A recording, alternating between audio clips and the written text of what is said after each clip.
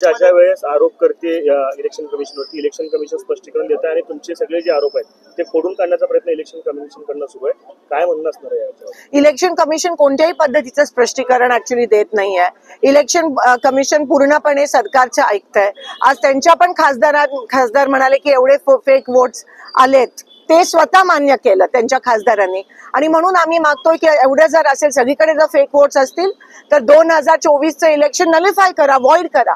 पण ते करायला तयार नाही आहेत. आणि सगळीकडे तुम्हाला दिसून येते एवढ्या मोठ्या प्रमाणात, म्हणजे काही जणांचे ऍड्रेस XYZ आहेत, काही जणांचं वय 124 आहे, काही जण एका घरातले 80 लोक त्या ठिकाणी मत आहेत. तर असं सगळं असताना EC आम्हाला रोल्स पण देत नाही, इलेक्टोरल रोल्स देत नाही आहेत. जे डॉक्युमेंट्स दिलेत ते स्कॅन प्रूफ आहेत.